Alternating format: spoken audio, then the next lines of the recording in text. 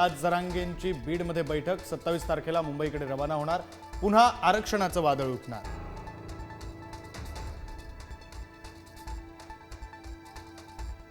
कोल्हापूरच्या सिद्धार्थनगरमधील राड्या प्रकरणी गुन्हा दाखल। दोन्ही गटातील 400 जणांवर दंगलीचा गुन्हा दाखल।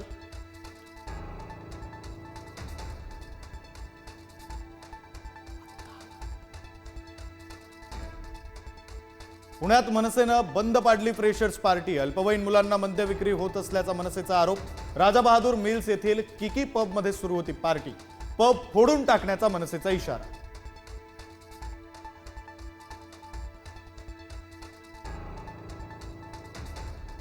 आदित्य ठाकरे आज धारावीतील शाखेला भेट देणार। ठाकरेंची शिवसेना छोटेखानी सभाही घेणार। पुन्हा सरकारवर जोरदार हल्लाबोल चढवण्याची शक्यता। उपमुख्यमंत्री एकनाथ शिंदे आज संगमनेरमध्ये सभा घेणार। बाळासाहेब थोरातांच्या घराच्या बाजूच्या मैदानात सभा होणार असल्यानं चर्चा। शिंदे काय बोलणार याकडे लक्ष।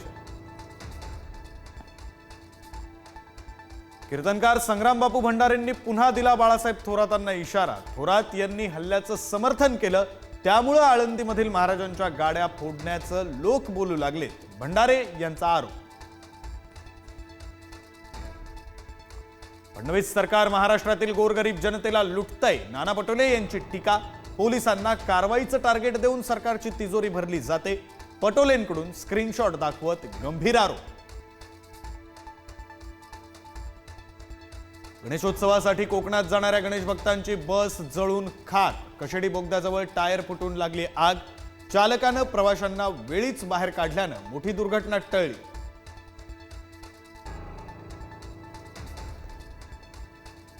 कोकणवासियांसाठी सोडण्यात येणारी दुसरी मोदी एक्सप्रेस आज सुटणार। दादर रेल्वे स्थानकातून कोकणाकडे रवाना होणार। नितेश राणेंकडून विशेष रेल्वेचं आयोजन।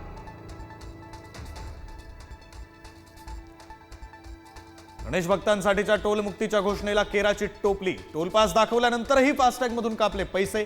फास्टॅग काढून ठेवल्यानंतरही टोल वसूल। टोल मुक्ती पास नावालाच दिला का? प्रवाशांची संतप्त प्रतिक्रिया।